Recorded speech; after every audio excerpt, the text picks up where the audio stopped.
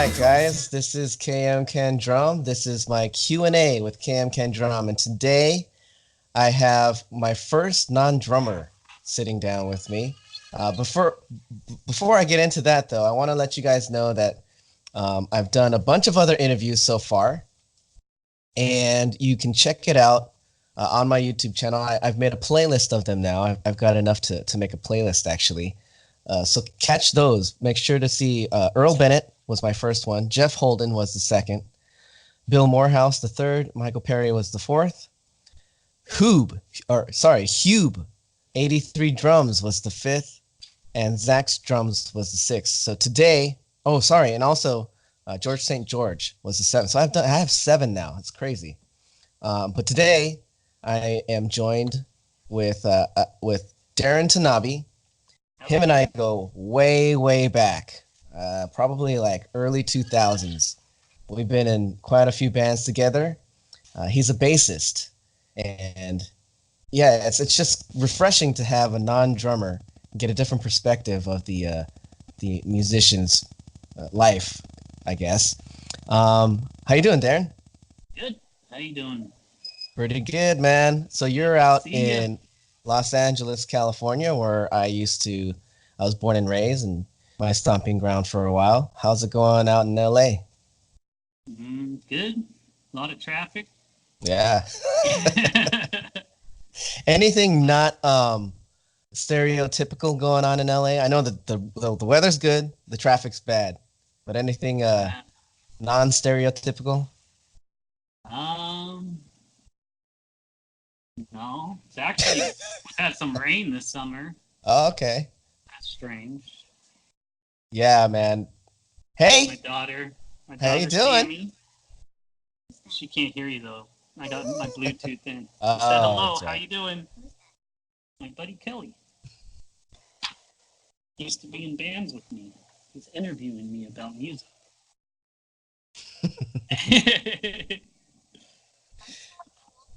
So this is what's new for me in LA. Oh yeah, me too.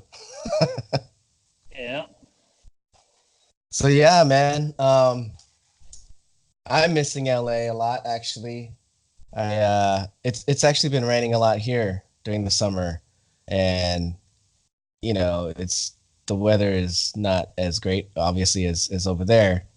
But yeah, the first couple of summers it was nice, and now the last summer and this summer it's been raining a lot. So I don't know, man. I've been thinking about like coming back home and seeing how Sure. we could do that, but Do you it. know, we'll we'll see.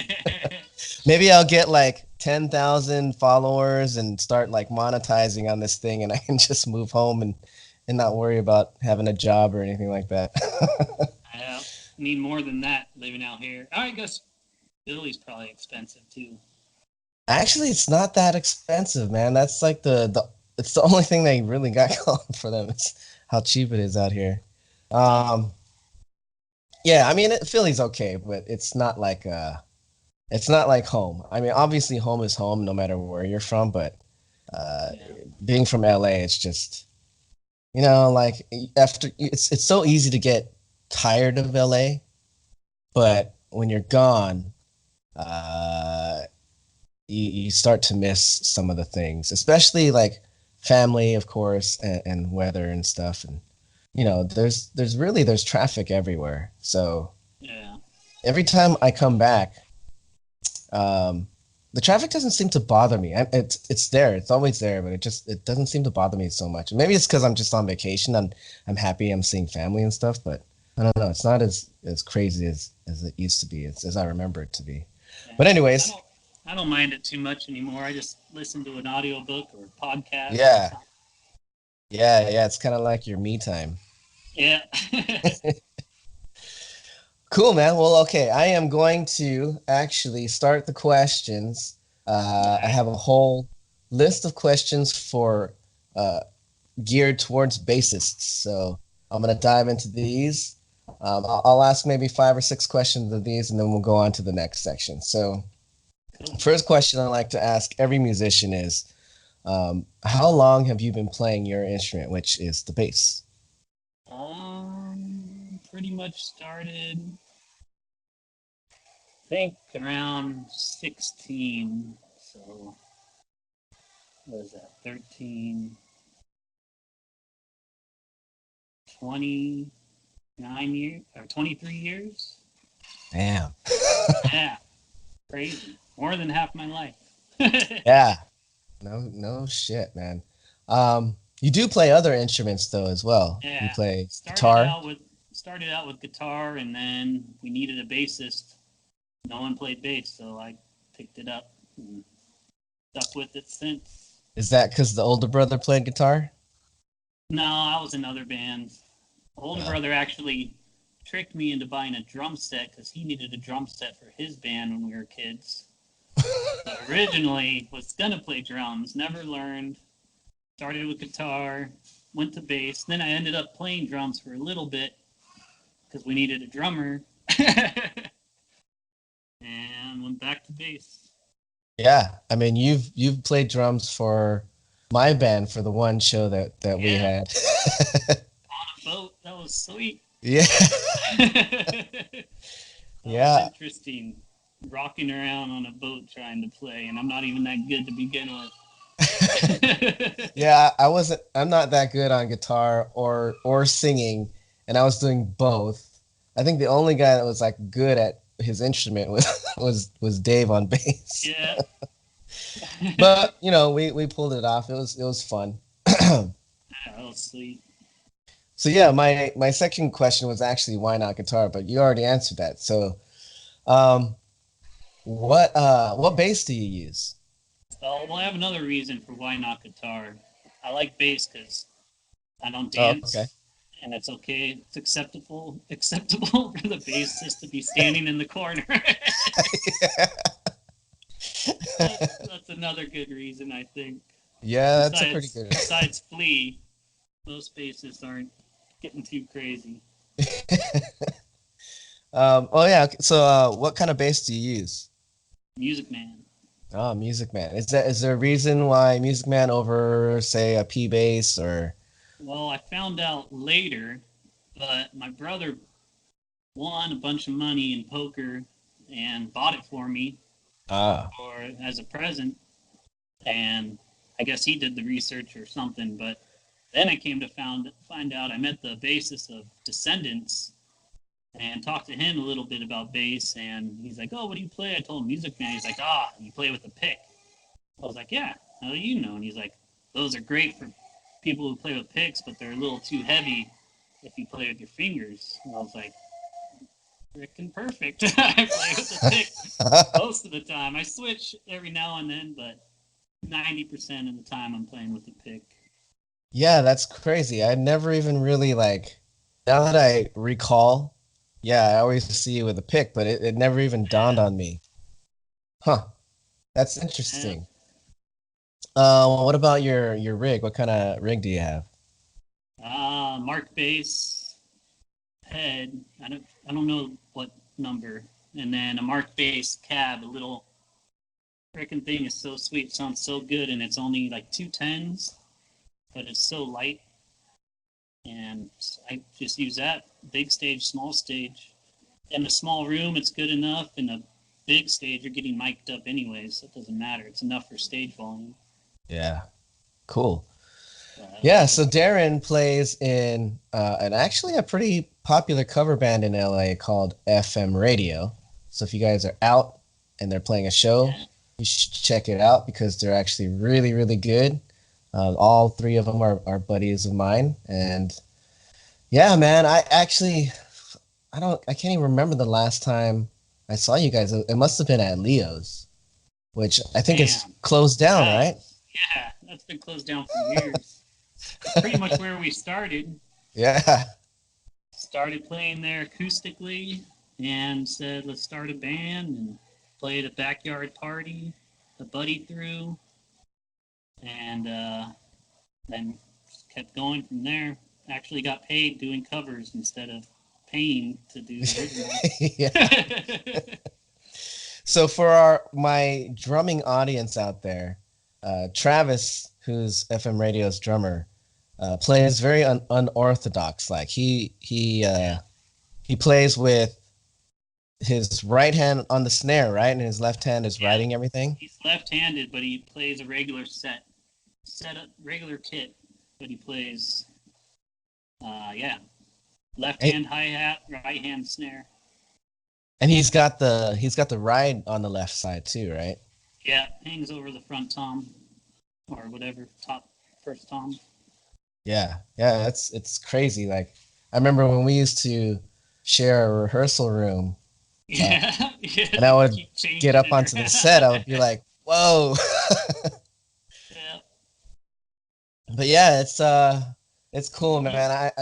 I hope that I can come out and see you guys. It's been a long time. So here's kind of an interesting question. Instead of asking you who your favorite bass player is, I'm gonna kind of go regional. So there's a lot of really great English bass players. Who's your favorite English bass player? By English, you mean like European English? Yeah, like from from England. Dude, I don't even honestly. I don't really know. I don't know. I think he's Canadian actually. Rush, Geddy Oh Lee. yeah, he's Canadian, Canadian. huh? Yeah. There's not many bassists that I actually know, even by name. I know Geddy Lee, and shoot, I'm blanking. I'm an odd one because I don't know names. I like songs. I'm horrible with names and even with anything, actors, actresses. Geddy Lee, though, has always been one guy I was always amazed with. Flea, obviously, but it wasn't really my style that I liked, but have to give him credit for kicking ass. But and Oh, you could swear. Primus, Oh yeah. Primus, unbelievable. I like the guys that can play and sing. That's what I've always thought was so cool. Even though Flea doesn't, but and then the face-to-face guy I've noticed more recently, I've been paying attention to him, and he freaking rips. Huh. Yeah, I haven't really paid it. I actually listened to their one hit song today, and I was like, oh, I should listen to them again. It's been a long time. Yeah, I've been running Lagwagon Radio on Spotify, and it brings Oh, up some okay. cool songs. They come up every now and all of them. Actually, I never used to really listen to the bass a lot. A lot of the times, I kind of just would, like, I never really took lessons or anything. I just would follow the guitar and then add my own whatever came to me then. And then what helped a lot was when I used to play with Travis and Wes, Lovers Mm. Union. He's Wes is unbelievable at writing music, and he would write a lot of the stuff and teach me, or like say, try this, and like make it feel like I wrote it, but I didn't. But that really helped me a lot to like kind of listen to bass lines more. Yeah. But most of the time, I try to keep it simple and just lock it in with the drums and let the vocals and guitar do the melody stuff. What about like when you have to learn a song for FM radio? Do you like listen to the bass line, or do you kind of just go with whatever Brian's playing? A lot of again, Brian's also amazing. He's a type that can just like whatever he can hear or sing, he can play. And so if Oh, he okay. hears a song, he'll be like, oh, it goes da da da da, oh da da da da, and he figures it out on the spot. And then I'm quick at learning. Like if I see someone play it, then I can memorize it and play it. And sometimes I'll look up the tab, and if it's a critical kind of bass line, like we just learned Sweet Emotion, Mm. and that's a pretty Yeah. and so we looked that up and figured out how to do that. A lot of the times though, we'll just be jamming and be like, oh, we should learn this song, and then Brian figures it out how he thinks it is, and then I'll play along. Ends up being usually not right. So we kind of do our own versions of songs, and then we'll listen to it, and if we're in the wrong key or the right key, then we'll make adjustments to get closer to it. But we kind of still have our own little spin on most things because it's only three of us. Yeah. And so a lot of the stuff we have to kind of make work with a three-piece. How many songs do you guys have?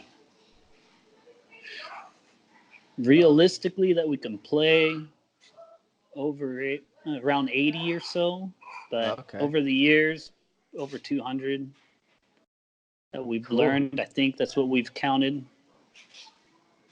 So you guys normally do, like, what's your normal gig? Do you do like one set or three sets? Well, last week we just played 3 hours straight. We haven't done that in a long time. Wow. Most places like us to take breaks, so people leave the floor and go get drinks. Yeah. So we usually do 3 sets, take a break, 2 or 3 sets. Usually play 3-4 hours.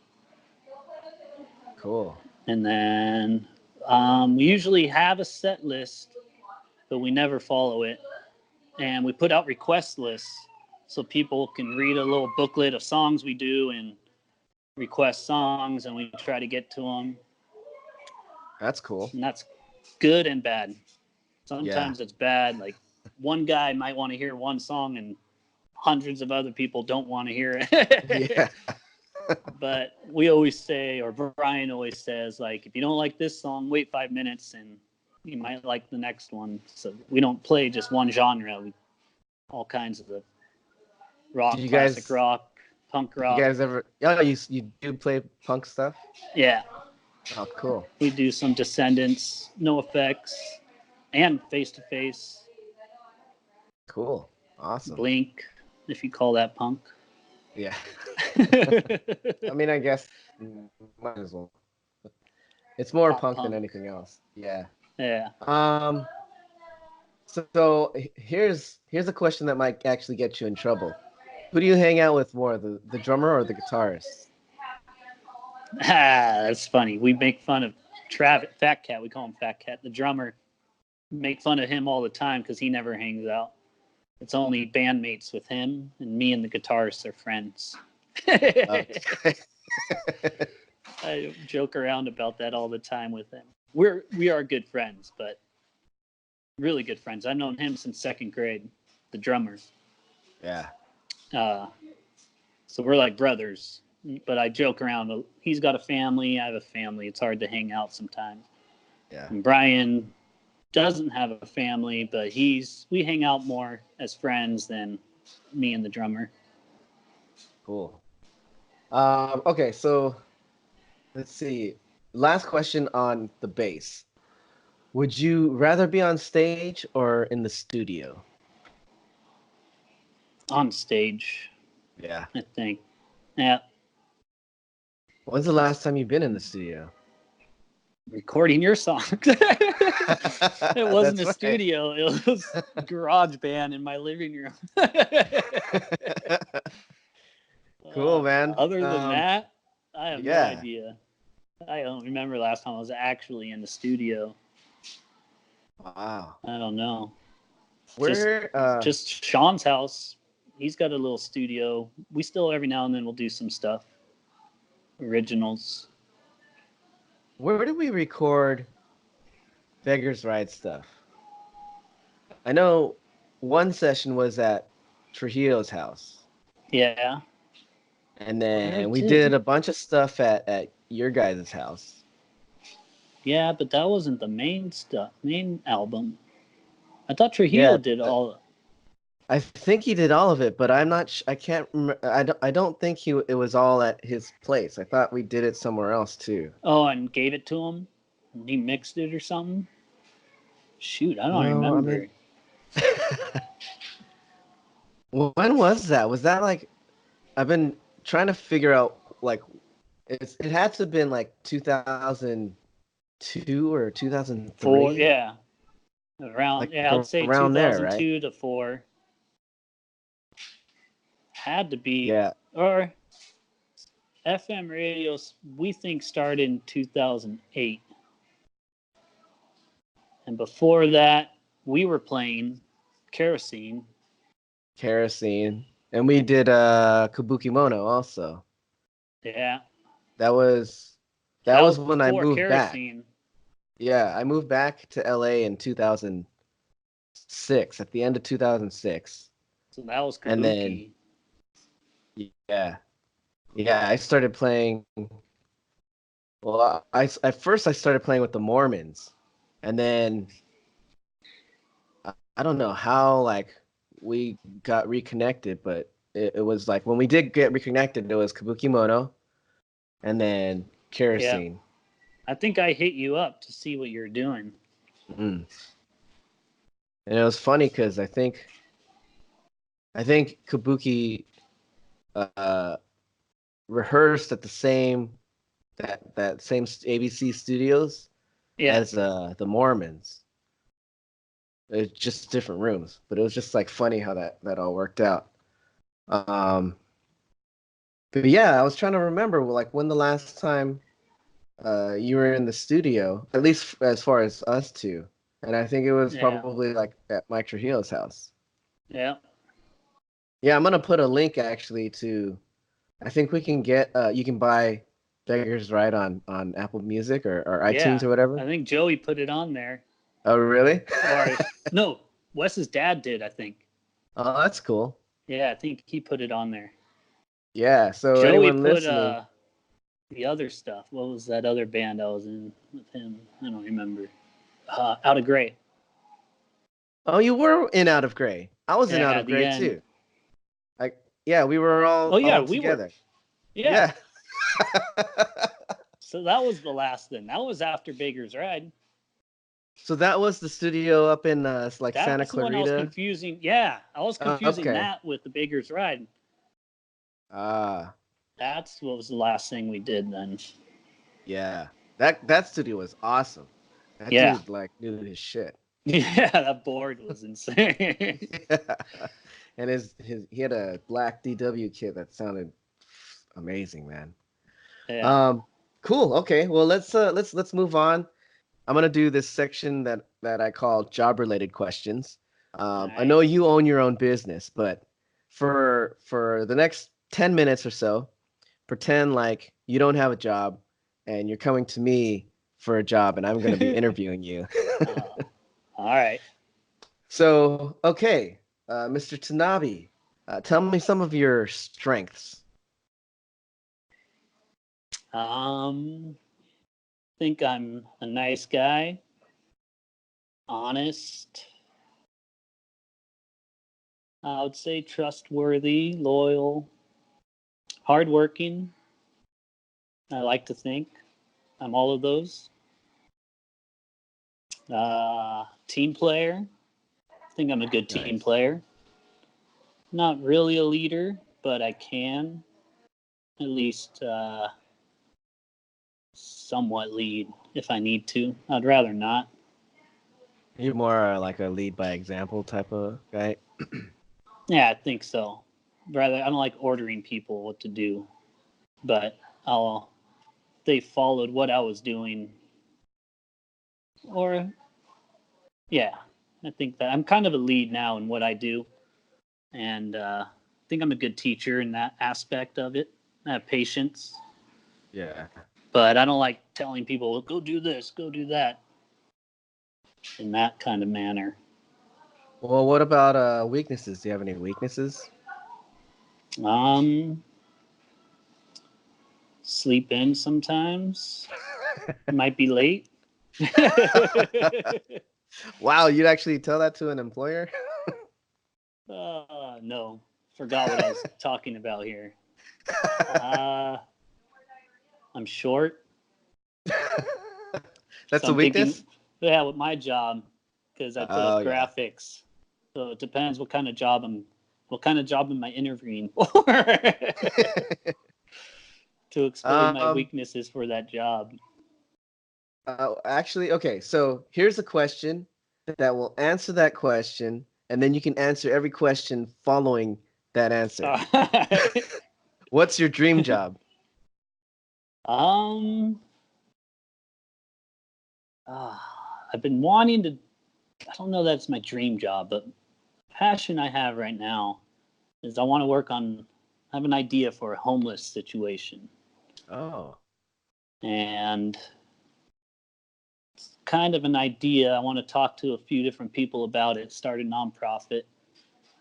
And I think that would be cool. I don't know that it's my dream job. Dream job would be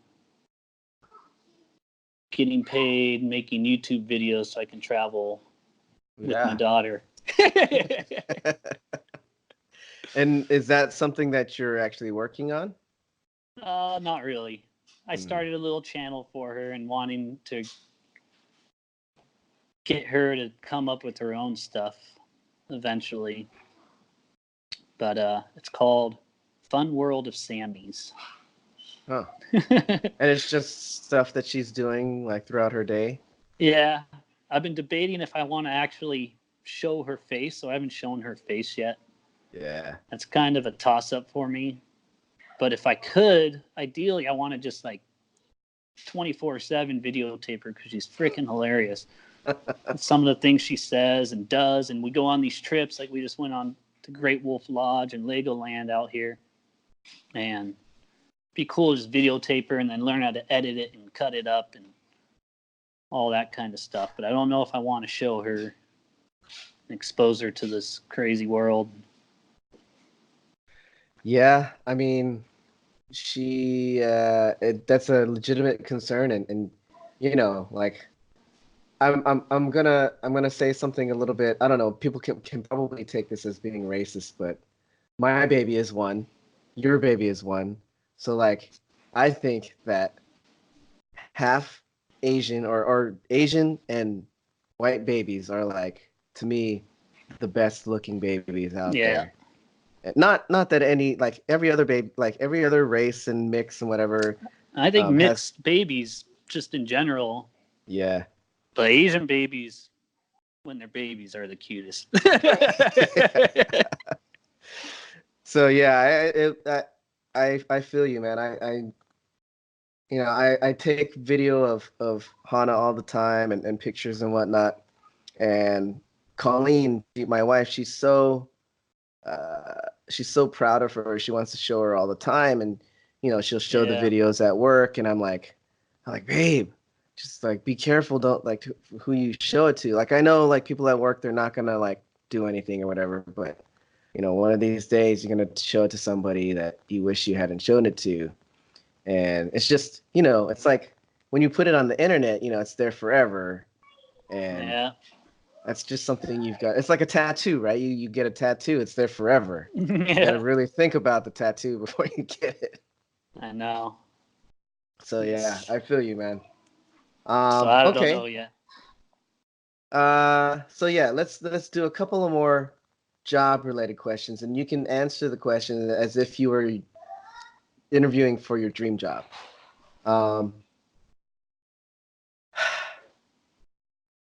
How would you fire someone? That's tough. I've actually technically had to do it a couple times, and I'd just be as real as possible. I wouldn't try to lie or beat around the bush. I'd just be to say like, hey, you did this, can't do that. We can't have you representing our company like that. Yeah. And sorry. Like, good luck. Let me know if there's anything I can do to help you. I would, depending what they did or didn't, I'd still, be a reference if they needed. But if it was bad enough, then no, I wouldn't do that. Wouldn't lie for him. That's good. Yeah, you got to keep your integrity, but also like have some compassion and empathy. Yeah, wish the best. Maybe give them some advice on what not to do at the next job. Yeah. Have you ever been fired from a job? And if so, like how did it go? Did it go lightly, like how you would fire somebody, or did it go bad? I've never been fired. I haven't had that many jobs. I started my own company and kind of did that. I worked for my sister. I worked for my dad. So hopefully not getting fired from them when I was 14 till 16. And then I was a pool man and worked at a school. And that's pretty much, I worked at my college where I got my graphic design. So I stayed from there, kind of stayed in that industry. I think that was it. Oh, so you actually went to school jobs. for graphic design. Yeah. That's cool. Where'd you go to school? Platt College. P-A-L-A-T-T. Yeah. Yeah. Okay. Well, where do you see yourself in 5 years? Hopefully doing that homeless idea. Yeah. Would be ideal. That's how I'm hoping in 2 to 3 years I'd gather enough people, come up with a good plan, figure out how to get the funding, and do that. I don't want to do what I'm doing forever. So that's one of the things I've been like, I'd be happy with that. If I did something like that and can make a living doing it, maybe not even a living off of that. I just want to get it going and then move on to something else. I mean, you're ideally in the right spot be for investing. That. Yeah. And there's a ton of money out here that's getting wasted. So my plan is to figure out how to get a chunk of that money that's getting wasted and say, hey, put it towards this. Yeah. And see if it works. So I don't know if you know any of the facts, but when I was sun's starting to beat on me where I'm at here. That California sun, man. When I moved back from Houston in 06, I started volunteering for this group that like women. So like the first couple of times I would go, they would kind of show me what they did and kind of like a boot camp of caring for and helping out homeless people. And one of the things that always stuck with me, and this is back in 06, mind you, this was what, 13 years ago. The stats were like LA has more homeless people than New York, Chicago, and San Francisco combined.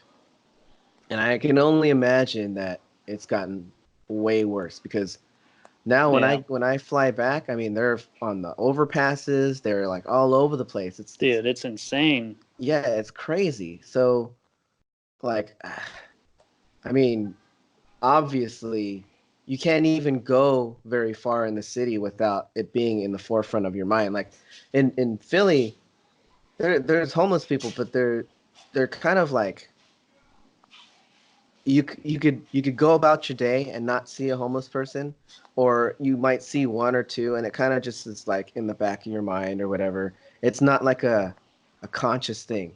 In LA, it's like smacks you in the face how many homeless people there are. And, you being a nice, generous person, obviously you're gonna want to like do something about it. So yeah, man, that's crazy. Like I really hope you could start something because I would definitely be interested, especially if we end up moving back. That would be something that I would love to be. You would be a huge help with it. I think you got good ideas, and now that I just found out you have experience with it too, so you could help out for sure. Yeah. But my idea isn't necessarily that compassionate either. It is in a way, but I want to help the ones that want help. Want help. I know where you're going. It's not. I don't think I can help everyone. Yeah. I think there's a lot of them that don't want help. Mm-hmm. Whether it's mental or by choice, but I want to help the ones that want help. Yeah. And I think start there. and figure out everything, see if it works. And the whole thing is to not, it's not like a forever thing either. It's like a program. I want to make it like a college for them, kind of, and teach them how to get back on their feet. And while they're there, they're working but saving money. The money they're earning working at the facility or whatever it um, is pretty much just saves into a bank. And once they earn X amount, $10,000 or whatever, they're back on the, in the world and make that work. Hopefully teach them how to make it work. Yeah. Yeah. I mean, not only do I have experience helping other homeless people, but I've been like right there. Like the reason why I moved back to LA from Houston was because I was like at rock bottom. So I know exactly how to, strip away all the excess, start with yourself and just like baby steps.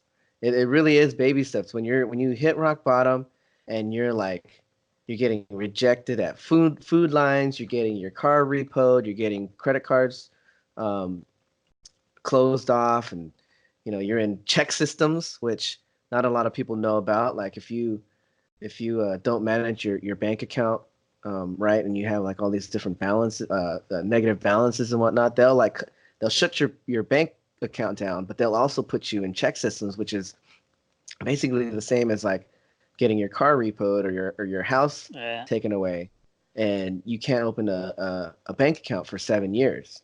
So I've had all of that fucking happen to me. It's like, and how are you supposed to get back on your feet like that? Yeah, it's crazy. Like the system wants you down. You get blacklisted. You really do. But there's ways, and there were people that I was fortunate that I had people that cared about me and helped me out. And a lot of those people don't have that. That's why they're on the streets. So, but there are other ways that, where there's a will, there's a way. Like you just have to want it. And the way you say you want to help the people that want help, that's the first step in reversing that whole process. Is you gotta want to do all that. Yeah. So, yeah, that's awesome, man. I hope that comes to fruition. And if you need any help, man, just let me know. I'm totally down. Cool. Yeah, I got a couple people. I have a buddy that started a nonprofit a long time ago, and so I was going to hit him up, kind of just go over my idea and see what else he can add, and talk to my sister about it. And she's like, you just got to get, 5 or more people together, start a board, that you can make it a legit business and, bounce ideas off. And then once you build the plan, you can take it to, people to fund it or reach out to government grants and stuff. Yeah. But I want to try to stick away from the government for now, try to see if it works, and then bring it to them and be like, hey, this money you're wasting over here, you could be doing this. It helps X amount of people for this amount, and bring it to them with that. Yeah. Yeah, I think when it comes to government and even like more high up like funding and investments like banks and all of that stuff, they all like to have a working like formula, Yeah. Like if you could say A plus B plus C equals D, which is success, then they'll be like, oh, take my money. Yeah. I need more than just A. You got to show me B and C too. Yeah. Well, yeah. I mean, it's like trying to get signed to a label nowadays, right? Like before, labels would take a chance on you just because like they heard that one song that you have. Now you already gotta have a following. You gotta have like all your merch and shit, and it's like, what the hell should I even get signed for? What are you even doing? Yeah, you don't even need it anymore. So yeah, by the time you're like, you got your nonprofit up and running, you've got like all these people coming in and out, and getting back on their feet, and then they're gonna want to give you money, and then you're like, Well, I'm doing just fine, right? Yeah, we I don't don't need need you coming in and telling me what to do, like, and you. giving me money just so you can tell me what to do. Yeah, well, that's what I was saying. I kind of want to get it moving, and then you can show to them, be like, hey, if you like this, open one here, open one there, open one here, and then maybe you can help a lot more of them instead Yeah. of helping, 500. You have 10 of those, now you're helping 5,000. You know, Yeah. you have 100 of them. What is that? 50,000. Something like 500,000 homeless people in America, I think. Maybe more, probably more. Yeah, it's probably more than that. I think yeah, back in '06, LA alone had 100,000. I want to Yeah, say 100,000. It was like 90 something thousand, I think. yeah. Um, it's got to be way more now. So So maybe I'm confusing. The thing I read was maybe just LA is 500,000. maybe, yeah, man, it's insane. Like I don't know how many of my viewers have been to LA, but from the time that I lived there and the time that I left, which was 2012, 2013 to now, damn, I've been gone for 6 years Six already. years. That's crazy, dude. But yeah, it's like it's markedly noticeable. Like before it was bad, but you kind of had to go to the areas. Now they're just everywhere. Dude, it's bad. And we're not even supposedly as bad as like San Francisco. Well, When I go San up there, Francisco is smaller, right? It's more compact. So yeah, yeah, they're all in that area. Like LA is so spread out, but they're still pretty much all over the place. They're yeah. still everywhere. Some in almost every city. Yeah, like New York, for instance. New York, you know, you gotta consider all the five boroughs. So the Bronx, which nobody goes to, Staten Island, nobody goes to, Queens, hardly anybody goes to. It's basically Manhattan and Brooklyn. And uh, so when you're in those parts of the boroughs, that's the congested part. So you see them all over the place too. But really, if you took all of New York's homeless people and put them in LA, they would be like LA 20 years ago because they're so spread out. Yeah. If you put LA's homeless in New York, I mean, they would be fucking 10 deep on Overrun the every. city. Yeah. Yeah. So yeah, Yeah. LA is like if there's one place that needs it, LA needs it. And then, if you build that model that works, it could go basically anywhere. Yeah. That's So my good. whole. I want it to be self-sustaining. Is the whole thing. It's like once you get it going, then hopefully it can be self-sustaining. Is the idea. Yeah. You Kind of might like need a funding still, but like a like a work project or something where they you know you you build the foundation, but then you get the people to kind of just like keep maintaining it and whatnot. yeah, it's like Yeah. almost them running it, teaching them how to have their own community, and And kind I'm of the I'm sure it idea. would be similar to the AA thing where a lot of people that went through the program are helping other people go through the program as well because Yeah, they have the experience. yeah. Hopefully, it'd be Cool. like that too. Awesome, man. Well, you have like probably one of the best characters out of all of my friends. Very um, extremely nice, and you always will give the shirt off of your back to one of your friends or anybody that's kind of like that needs it. And I always wanted to know, like, where did you get that from? Do you have mentors or people that you looked up to, or is it just something that like came naturally? Mm, no, definitely parents and say my grandma, my mom's side, could never say no to us, and I think that kind of burnt into our mind. Like, don't say no to people, help them out. Mm. To an extent. Yeah. We had my grandpa there to smack us around too, so we didn't get out of. Not everything's free and lovey-dovey. Yeah. And same with that's how my parents were. Mom would say yes to everything, and Dad was there to kind of keep us in line. Yeah.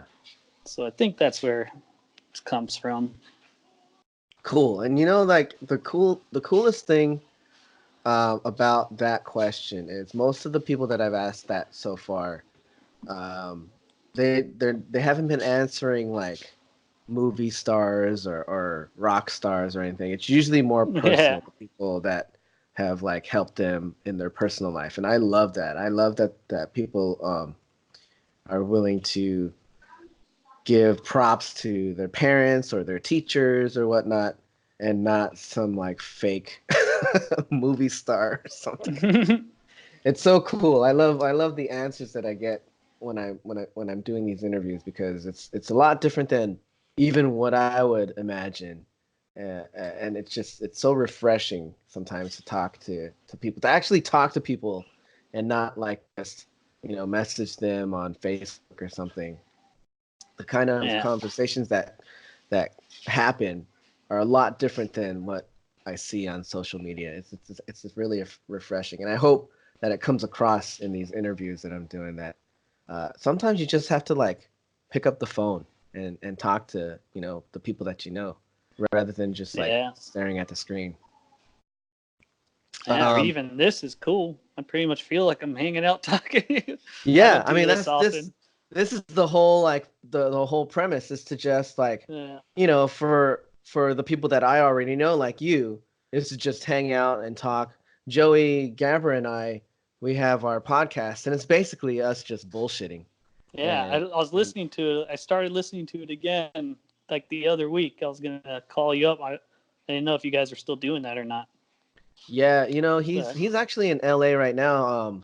He's yeah, I hung going out through with him a some couple times. yeah, Yeah, yeah, he's going through some rough family stuff. So we've kind of put the podcast on hiatus for a little bit until like that all kind of works itself out. But yeah, once that's all fixed up, or once he gets to a better spot, then we'll get back into it. We have a lot of good ideas that we want to start doing too. So, but yeah, man, it's cool. just like the format is basically what I'm trying to put out there into the world is that uh, we just need to be a lot more personal with each other.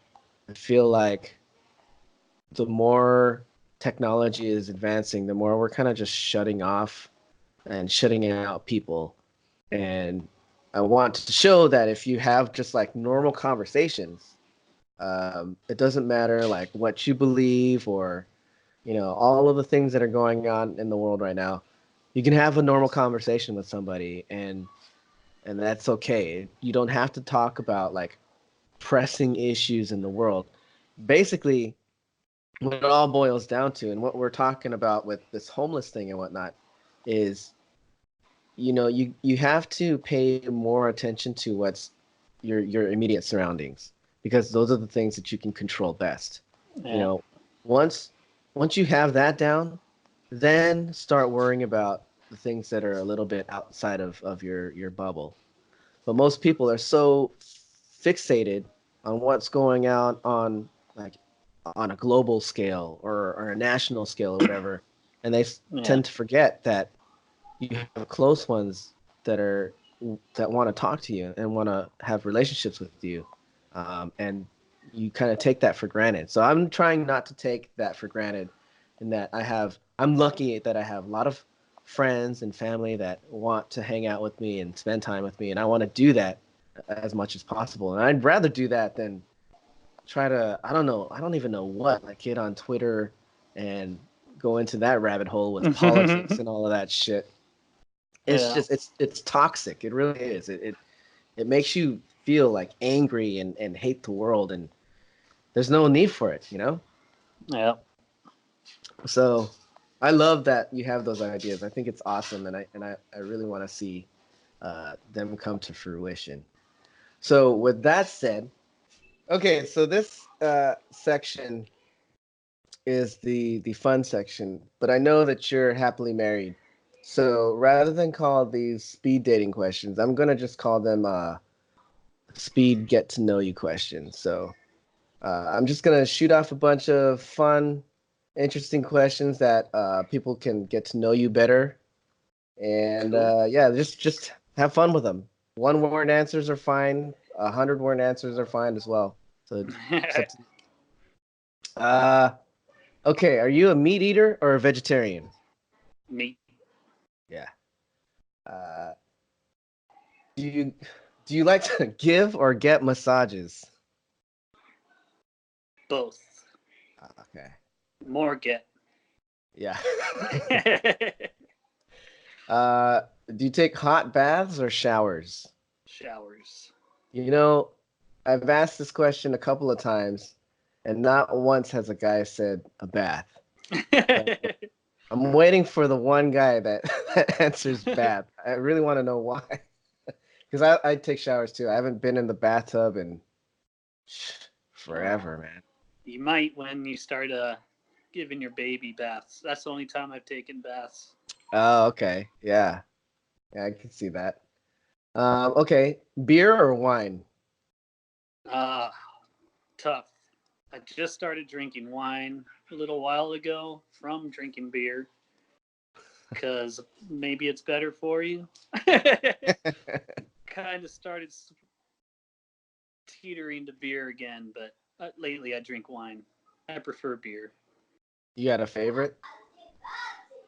Modelo, Oh, nice. Uh, Negro or the regular one? regular, especial or whatever. Oh yeah. Cool. It's delicious. Yeah. I think I know the answer to this one already, but camping or a hotel? Camping. Yeah. So We just got why? an RV, so it's Oh, glamping. so yeah, that's more glamping. Yeah. That's fun. You ever have you guys gone anywhere cool? Um, we've gone to a couple local campgrounds, pretty cool, and I like going out to my brother's house, to Pork's house. He's got a farm and some animals, and we'll just camp on his. He's got 2 acres, so we'll just park the RV there, and we hang out with the donkeys and horses, and have a campfire, and a donkey creeps up on you. It's pretty sweet. Yeah, I seen he's got like chickens and stuff too. He posts stuff Yeah, on Facebook once in a while. he got a pig, and he's got Yeah, giant tortoise, a couple sheep. that's nuts. Yeah, That's cool. that's pretty cool. I like doing that. Have you And taught Sammy how to fish? not really. We've gone a couple times at the some of the campgrounds. They have a little fishing pond, and she caught her first fish at one of them, but haven't gone on a good trip yet. Where Hmm. sit her down and teach her how to tie the lure and all that stuff. Yeah. Are you gonna take her to like up north to like Yosemite or? Yeah, that's.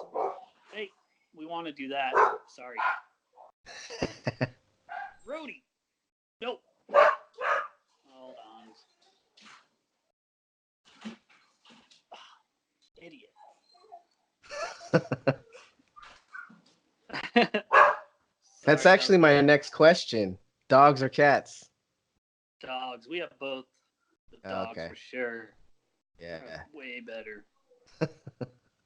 But yeah, definitely want to get up north, Yosemite and sequoias, all that. At some point. Have you ever gone to like any of the lakes up there, like Mammoth or Bishop or any of And those? I haven't been up there yet. Bass Lake and haven't been to those, but I want to. Yeah, Mono Lake, June Lake, and all those. Yeah, my dad used to take me to all those lakes, man. They're Oh, nice. pretty awesome. Like the stuff that's another thing that I miss about being home is all the shit that you can do Yeah. back home. Like you can't. I mean, I guess they have similar stuff out here, but you just don't know about it. Like if you don't grow up and and if your dad doesn't show you like what's out here, like you kind of have to figure that shit out on your own. And I don't have fucking time to do that stuff, man. Yeah. One good thing about the internet, though, Yeah, is you yeah, can that's true. research that stuff pretty easily now. But even still, like I don't know how it is there and how the internet has evolved there. But like over here, like if we try to find like a place in the Poconos or the Catskills or whatever, dude, the websites look like they were made in like 1985. I mean, it's hard to even just like look and see what the place is, let alone like actually book it. Yeah. So, I mean, I don't know how, if it's the same there. Like, I'm sure California is probably a little bit more tech savvy in that sense, you know? Yeah. Well, what I've been wanting to look into more is the BLM land. What's Oh my that? god! Hey, I was talking Bureau of Land Management. Yeah, yeah. So there's government land that's free to camp on. Huh. That you can go.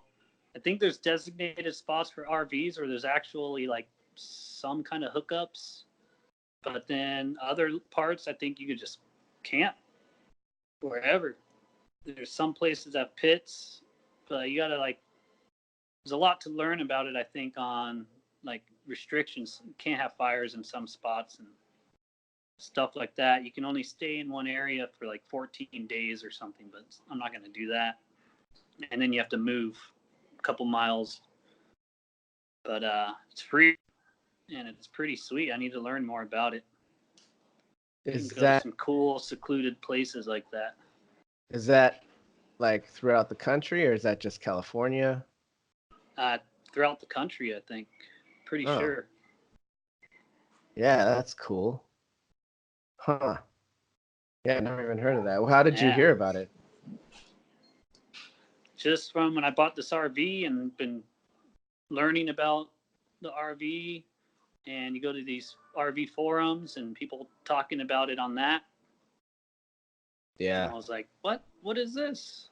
So, What do you like? Do you have okay, so kind of like a curiosity of mine is like like I'm gonna kind of come out and say I have like this fascination with like doomsday preppers and like the end of the yeah. world type of thing kind of stuff. Yeah. And like the RV is like one of the things that I'm really interested in.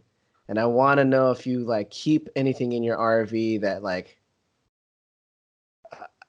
I don't know, it's just kind of like a emergency type situation, like I'm sure you have like a first aid kit and stuff to fix the RV, but I'm talking more like, do you have any rations or do you I mean, I don't know if you'd want to say if you keep a firearm in there, but that kind of stuff.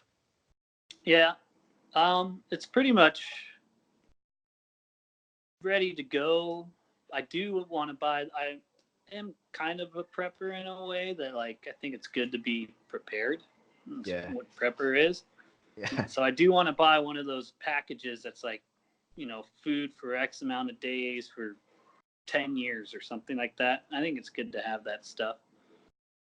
Yeah. For the most part, though, the RV, it's kind of just has the dishes and all that stuff, barbecuing, everything like that's ready to go. It's not like stocked. We'll go shopping and stock it for each trip. I'm not going to leave the refrigerator running, Yeah. propane running, and all that kind of stuff. So we just kind of use it. We pack for each trip. It's not really prepper ready.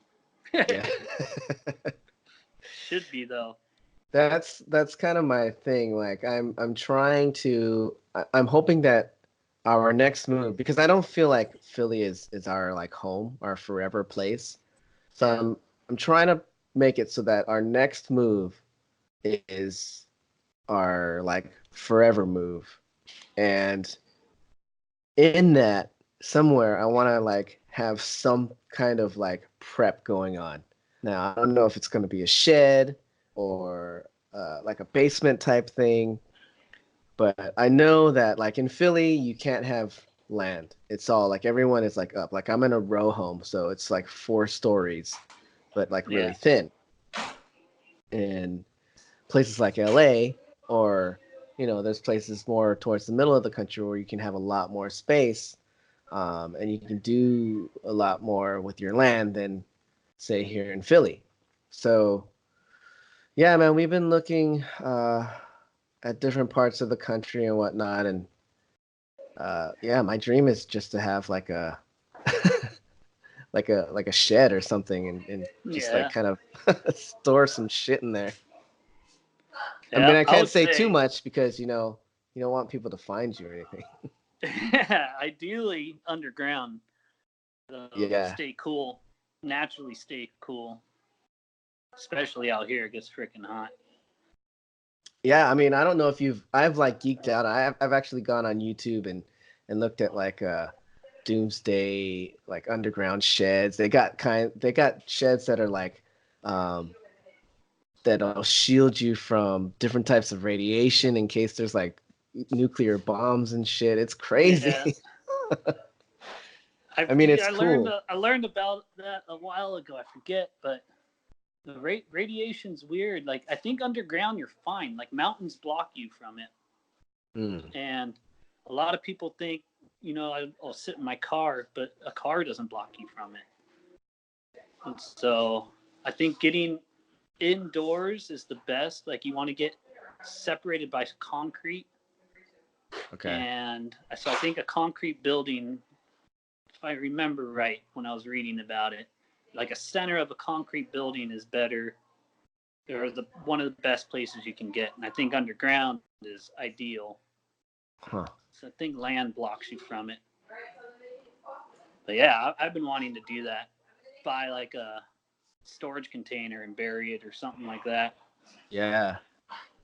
Yeah, shipping container would be nice. Nice and Yeah, big. yeah, and you can get them out here fairly cheap. Now, without having to get too much into politics, because I that's one thing that I don't want to talk about on this whole thing. But I do want to ask you because I feel like your answer will be interesting. Do you think is that something that you're just kind of like interested in, but you don't think will ever happen, or do you think that we should all actually be like at least thinking about like something like that? Like, do you think there might be the end Fine of line world and for me. Oh, I thought you were leaning towards something with politics. Um, no, I don't think. I think it would be more a natural disaster, okay. like or somewhat leaning politics. Is that scares me? Is the whole what are those things called that kill the electricity? Um, damn, I can't think of what they're called. But there's a threat of that Oh, like a solar supposedly. flare? Well, not just solar flare, but like war wise. Oh, okay. It's not EPA. What the hell's the EMP? Right, electromagnetic pulse bomb. Huh. So that could be apparently our electric grid in America isn't that great, and a lot of stuff's connected. So if they launched a crazy EMP bomb and shut down the electrical grid, like that would be devastating. And what's scary about that is not just not having power, but like you were saying, we all rely on our phones so much.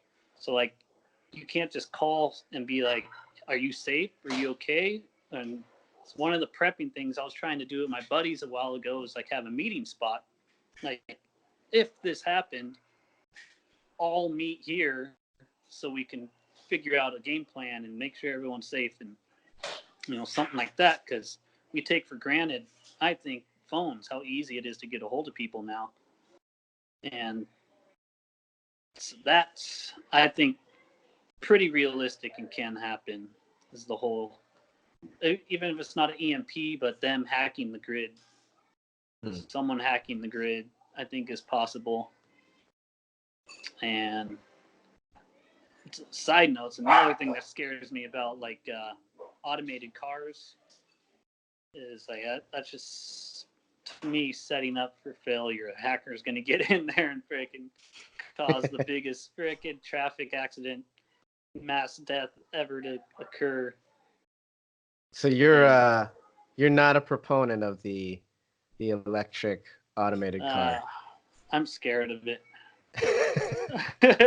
I like the idea, and I think it's freaking sweet. I could drink and drive.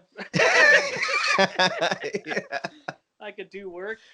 I could sleep. Like all that crap would be cool, but I think it's going to be really hard for me to trust it. Well, I mean, I have one. I don't know if you know, but I bought a Tesla, Oh, and nice. it is freaking amazing. I mean, talk Yeah. about like stepping into the future. It really is. Like, dude, we bought we got a Mercedes when we moved out to Philly. Like in New York, we didn't need a car. So when we moved to Philly and we had all this extra money because we didn't have to pay New York prices, we're like, oh, let's splurge, let's get a Benz. So we got a Mercedes, right? Yeah. 2016, like brand new. And then 2018 comes along and we leased it. So our lease was going to be up in 2019. And in 2018, the the tax rebate was going to get cut in half.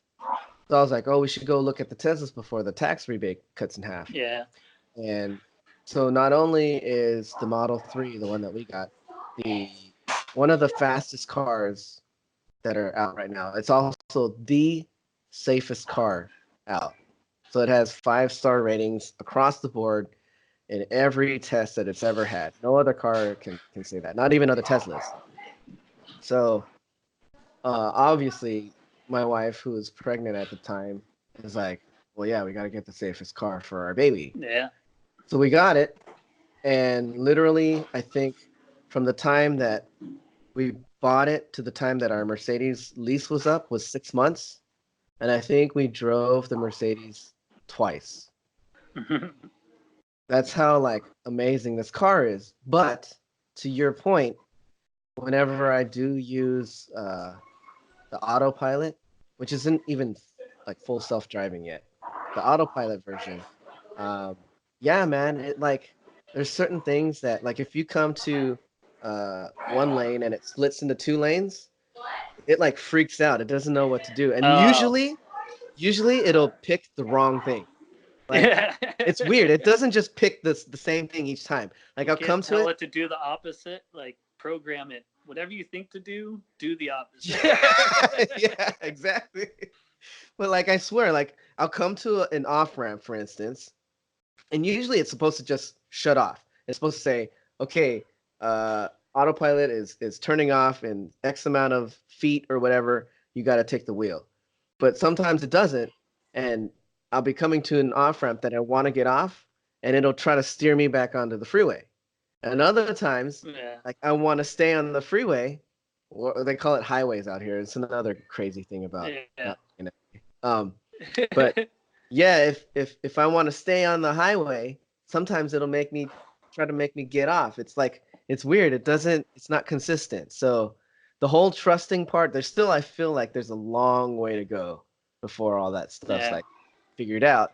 And yeah, from what you're saying, like if someone figures out how to hack into it, because like Elon Musk, he's like a weird dude, right? And the way he runs his Yeah. company, I can see how he can easily make enemies. And if you make enemies with the wrong guy at your company, he decides to hack your cars. Yeah. That's dangerous, man.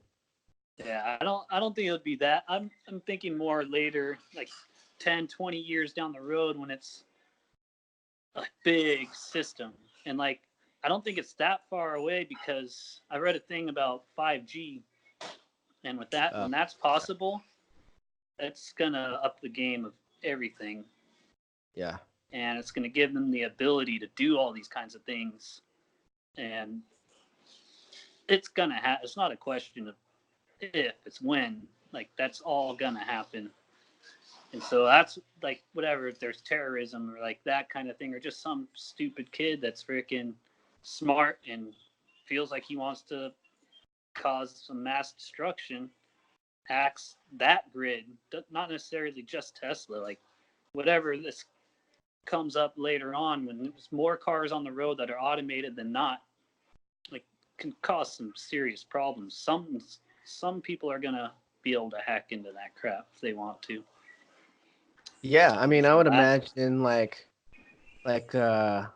what in France they have people that are um hijacking trucks and running into, people that are at festivals and whatnot. It would be a lot easier just to hack into an automated truck yeah. and just drive it through a bunch of people. Yeah, and Uh, then now you have to try to trace down who hacked into it. Like, good luck. yeah. Yeah, man, that's scary stuff. I don't even know Yeah. how the hell we got onto that. I mean, I was trying to keep it light, and I think I was talking about uh, we were talking about camping. Oh, the RV, that's right. RV, yeah. Oh, prepping. Yeah. Prepping, let's do it. Oh man, okay, let's see. Yeah. Let's try to get back on the light side. What's your favorite food? I think burritos. Burritos. Yeah, I think I love burritos. Nice. Any favorite Or steak. burrito? Beef or Steak. steak? Carne Yeah. asada or pork carnitas. I like carne asada burritos. Or just Yeah, steak. Steak is probably my favorite food. If I had a choice to eat something before I died, it'd be probably a T-bone. yeah. That's a good question. I should add that question to the list. Yeah, man, that's another thing I freaking miss about LA, dude, is the Mexican food, man. There's nothing out Oh yeah, here. It's crazy. Like we go to this one place that's in a mall and it's like decent, it's okay, it's passable. But like any like shithole like hole in the wall place in LA is fucking good. yeah. Those are the best. Yeah. Um okay, if you could invite anyone, dead or alive, to dinner, who would it be? hmm. Dead or alive? Um, shoot, I don't know. I'd like to talk to Jordan Peterson. Hmm. He's pretty cool, interesting. Yeah, he seems like a level-headed dude. Yeah. Seems like he can answer a lot of questions. I don't know. You caught me off guard. I can't think of anything. Yeah, that's a tough one, man. I actually was talking about this with someone the other day too, and I can't remember who I came up with. I was like, oh yeah, that, because we were talking about like if you'd be like star shocked, like who would make you star shocked. Yeah. I was like, I don't know. Like, I guess that would be cool. I can't think of who it was. Well, next. um, how would your best friend describe you?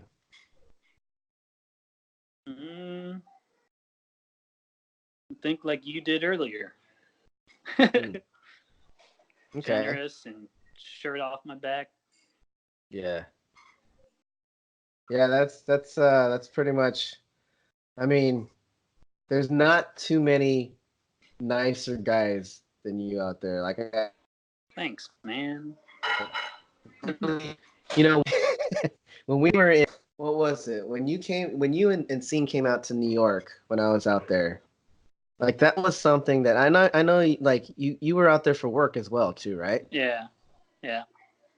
So just to go out, and I know it was a pain in the ass for us to try to find a place to rehearse because and then I think what did you actually that's right, you played my bass with like a like a cord or something as Yeah. the Guitar bass strap. holder, right? The Yeah. strap.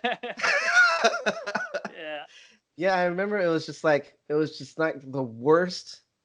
Like You're anything that bad that could happen that night happened, and we still like pulled it off. And it was yeah. because we all had just like the best attitude, you know. You just wanted to hang out with each other and just I don't know, just get it done. We had this thing and set in mind that we were gonna rehearse, we were gonna practice, we are gonna jam with each other, and we made it happen. Yeah, that was sweet. And I That think was so that's much like, fun.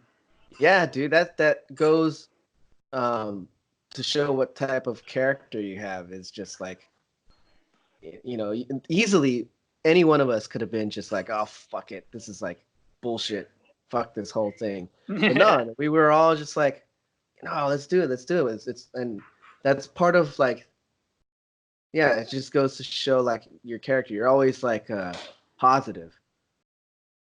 Yeah, Yeah, try to that's be. probably the best thing. Yeah, just being positive and being nice, like uh, super accommodating, and you know, not I don't know, not getting bothered by things that other people would normally get bothered by.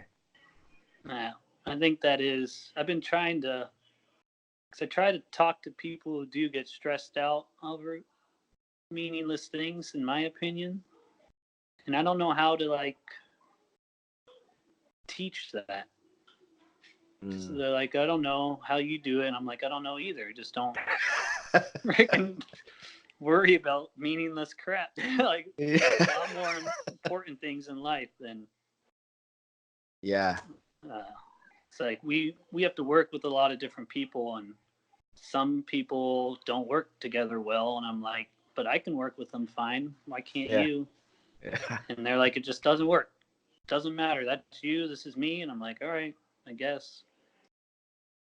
So that is a Yeah. quality I have. I don't know how to pass it along. That's what I'm hoping I can pass along to my little Sammy. Yeah, I hope the same thing because I have the same issue with my wife. Like my wife, she's in fashion and she's high up in fashion, and every decision that she makes uh, has some kind of consequence, right? So, you know, when you're in a managerial position, the things that you decide on affect other people. And Yeah. so that causes a lot of stress, like a lot of stress. And I always try to tell her, you know, like no matter how much stress you're in, when you get home, this is supposed to be your sanctuary. This is where you kind of just like let it go. Yeah. And and I understand it's hard to do that. I totally get it. But in the end, I tell her all the time, it's just fucking clothes. You Yeah. know, you're tearing yourself apart for garments that people don't even really need. Yeah. So it kind of helps, but it also Well, she has to maintain her how people view her. Or, I can't think of the right word. yeah. Her I'm not good with words. Well, I mean she at where she's at, she's kind of like she's a manager. She has author, authority over people. Yeah. So it's like super important that she keeps this level of professionalism and Mm-hmm. you know like there'll be times where knee jerk reaction she could say something and just kind of ruin people's I don't want to say their lives but definitely ruin their day. Yeah. So she really has to like bite her tongue a lot and you know come home and you have all of that like inside of you, but really at the end of the day it's just a bunch of people arguing about what a piece of cloth should look like. You know, it's like kind of Yeah. ridiculous.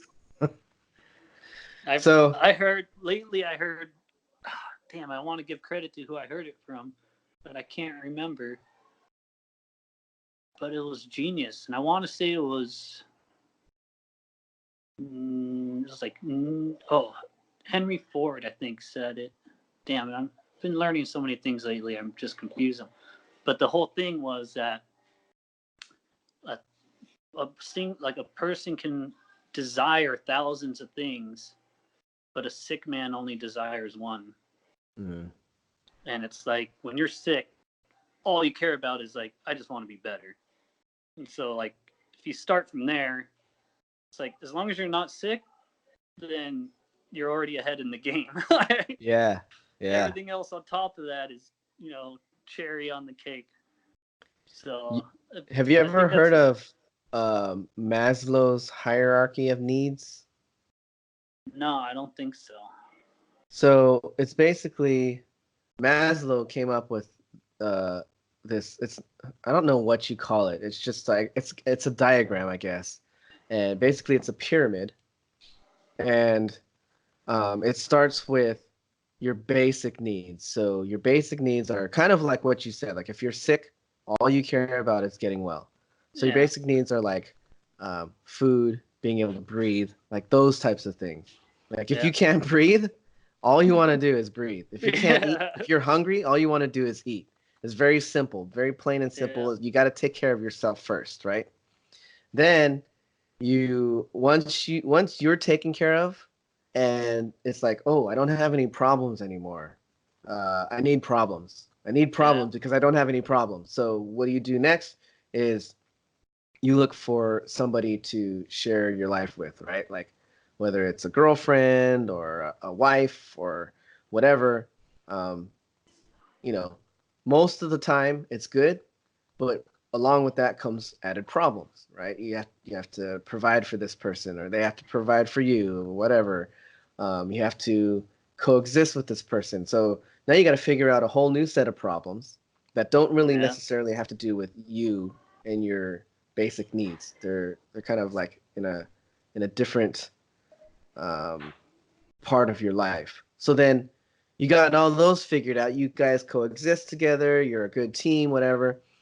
You have a kid, that's another set of problems. Or you start a business, that's another set of problems. So the problems become more exterior um, in this pyramid that this guy has Maslow created. So basically, what he's saying is you need to take care of yourself first before you can take care of other people. Yeah. It's huge. And I like that. It's like the whole airplane thing. Put your mask on first. Exactly, dude. I mean, that's exactly what I tell Colleen. Like when she comes home, this is another. I told this to another guy that I interviewed as well. When she comes home, she's like scrambling around. She's got all of her stuff. She like barely puts it down, and she goes straight for the baby, and she like wants to feed her and all this. And every time she does that, and she's like going crazy, I'm like, hey, babe, put your mask on first. And what Yeah. she like gets it. She's like, oh yeah, okay, okay. So she calms down. She gets into a spot where she's like nice and calm, and then it reflects on the baby. Like when she Yeah. comes in all like high strung and whatnot, it makes the baby high strung. When she like takes a minute to calm down, the baby calms down as well. Yeah. So It I think, senses that for sure. yeah, like Especially the mother. once you have to really do like that's my like main thing is just take care of yourself first before you take care of anyone else. Yeah. It's a fine line. It's like you got to be selfish and selfless. But Yeah, it is you good to don't be see that selfish pretty too. face. It's hard. It's hard. You want to like do everything for her, but at the same time, like, I mean, you gotta like brush your teeth and shit. Yeah. Okay, so I got a couple more questions, and I know the answer to this next one, so but I want you to like tell everybody. Do you play any sports? Um, you probably guessed wrong. Apparently, my shoulder is I threw out a while ago, so I'm not playing baseball or softball anymore. But I play Ah, basketball. all right. So basketball and golf is what I like to do now. No more baseball. Shit. I would like to, but my shoulder, I'm trying to let it get back. Oh, so it's not a permanent thing. I don't know. Oh, I haven't tried in a couple of years. I probably haven't played in 2, 3 years now. oh wow. And so I'm like scared to throw something and it goes out again, and then because I need my arms to work. Yeah. Yeah, you haven't gone to a doctor or anything. You don't want to like That's find out you need that. rotator cuff, Mm. and it's like I should be doing physical therapy, but I'm an idiot and don't. And I kind of want to try the stem cell thing. They Oh, shoot the okay. stem cells in, Yeah. but it's expensive, and to do it the way I want, they don't do it in the States yet because it's illegal. Where do they do it? They do it in like Guatemala or Panama. something? Panama. Panama, yeah. Hmm. So I am interested in, or would be interested in doing that if it wasn't so expensive. Yeah. Huh. I think that'd be cool. I'm kind of a believer in that. Yeah. What was I watching? I think I was watching Joe Rogan, and Yeah, Mel I think he Gibson. was Mel Gibson. Yeah. Dude, Yeah, it that's was epic. crazy. Listening to his story, I was like, dude, damn. And it's not only him. So I went and uh, there's another guy. I can't think of the doctor's name, but he was on Rogan also, and I watched a couple other his things, and he was like the doctor that did it, or that does it down there, and he's explaining how the way they do it, they can find like the golden cell, or I think they call it the golden cells. So they get rid of, like the way we do it up here, kind of is like they take everything, and you're lucky if you get the right stuff. Down there, they have it down to where they know exactly what they need. They get those golden cells, and they only use those. Wow. And so it's supposed to be way better. And there's apparently they claim a guy that couldn't walk for like 10 years started walking, eventually was able to use his leg, and then a couple years later was walking somewhat normal, not like 100%. But I'm like, that's freaking amazing. Like, why aren't we doing more to look into this? Yeah. And what Mel I Gibson mean, said about his dad, yeah, he couldn't walk, and then 90 years old or something, and now he's yeah. walking. And Mel Gibson's shoulders are, he says, are 90, 100%. And his neck, it's like, that's my problem, is my neck and shoulders. So I Yeah, kind of man. want to do it. Oof. Need to get cheaper. Yeah. How about you? You still playing hockey? Once in a while. I mean, I don't play in a league, but every Sunday they have a like an open, well, not an open, like a scrimmage. Yeah. So I try to make it out Sundays, but with the baby, it's a little bit hard. So it's sporadic. I used to try to go at least every other week. Now it's kind of like just whenever I have time. But yeah, I still play. It's not as easy as it used to be. Yeah. Like, I'll play like for an hour and a half on a Sunday in the morning, like at 8 o'clock, and then I'll get home, and by the time it's 12:30, I'm like, oh, I gotta go take a nap. Yeah. So yeah, it's a lot more taxing on the body than it Yeah. used to be, but it's still fun. But I wonder how much of that is because you don't do it as much. Also, though, Yeah, because I see some crazy like old athletes. Like I play basketball in a rec league, and there's some like 50-plus-year-old dudes out there that are way more in shape than I am. Like, yeah, dude. I don't know that it's all age. No, there's a couple of guys that are in their 60s that play on in Sundays, Yeah. and they're like I'm like one of the faster guys on the ice, and at least when when I was playing in LA, like I was like one of the better guys. Come over here on the East Coast, and there's guys in their 50s and 60s smoking me, man. It's Yeah, crazy. that's sweet. Yeah. So yeah, it must be whatever's in the water. All right, man. Last question, and I'll let you go because I know you got the little girl, and I got my little girl. I gotta get back to you. So, Yeah. I want to know, uh, do you have? Sorry, are you an early riser or a night owl? Night owl for sure. Night owl. Yeah. Yeah, man. It's the opposite for me now. I used to kind of be a night owl, but now it's like I think I get up on average between 5 and 6 in the morning. Dude, that's Sometimes sweet. earlier. I And like it's that. just, yeah, dude, it's awesome to be able to just watch the sunrise. Like Yeah. everybody raves about the sunset, but the sunrise is just as good. And it's Yeah. actually better because It's almost nobody's better. around. Yeah. Yeah. The sweet thing is, because we get up super early a lot for our jobs that we have to go do, and so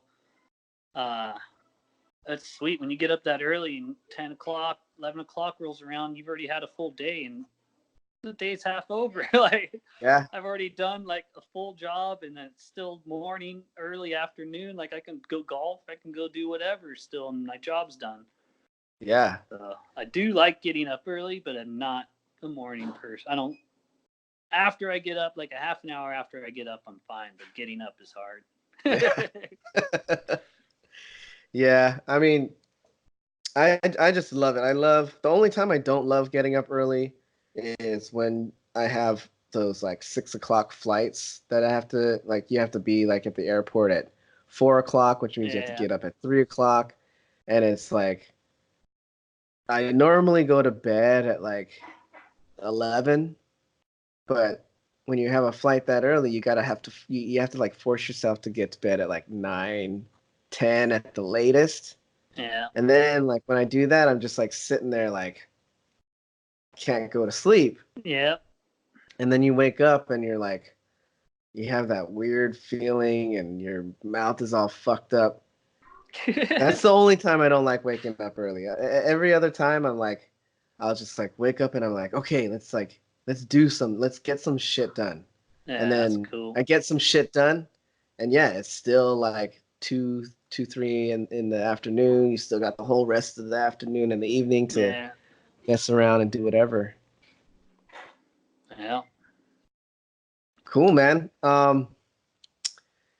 Yeah, dude, this was an awesome interview. I'm glad I got to interview a bass player and not a drummer. It was kind of getting a little bit stale. No, I'm just kidding. Not stale at all. But yeah, it's good to have a different perspective. Thanks for calling, man. I'm sorry, dude. had the little interruptions. My little don't even mention it. Here. The audience won't even know it because of my slick editing skills. Mastery. Yeah. Nice. No, they'll probably see cuts here and there, but whatever. It's not the production value that I'm going for. It's more the content and the other person, the person talking. Well, I hope I was entertaining. I'm not very entertaining, I don't think. That's fine, man. All the doomsday stuff I think was pretty entertaining. People love that stuff. Yeah, I could go on and on about all that kind of crap. Yeah. So could I. I'm not sure if this forum lends itself to that so much, but yeah, I have been telling like the other guys that I'm gonna see where this goes, because if it's like successful, like I think it's gonna be, I'm probably gonna do like a side thing where I talk to all of the same people, but like without the theme of music, just talking about whatever the hell we want to talk about. So yeah, definitely you would have to come on that show and we would talk some crazy talk. Cool. Anytime, dude. Good to cool, see man. Yeah, it was nice to see you too. Hopefully next time I'm in LA, we'll be able to hang out. And dude, if you're ever in, I know you came to Philly once. If you're ever in Philly again, man, just let me know. Yeah, for sure. I'll hit you up. Cool, dude. All right. Well, it was nice talking to you, man. You too. All right. I'll talk to you soon. See you later. See ya. Bye. Bye.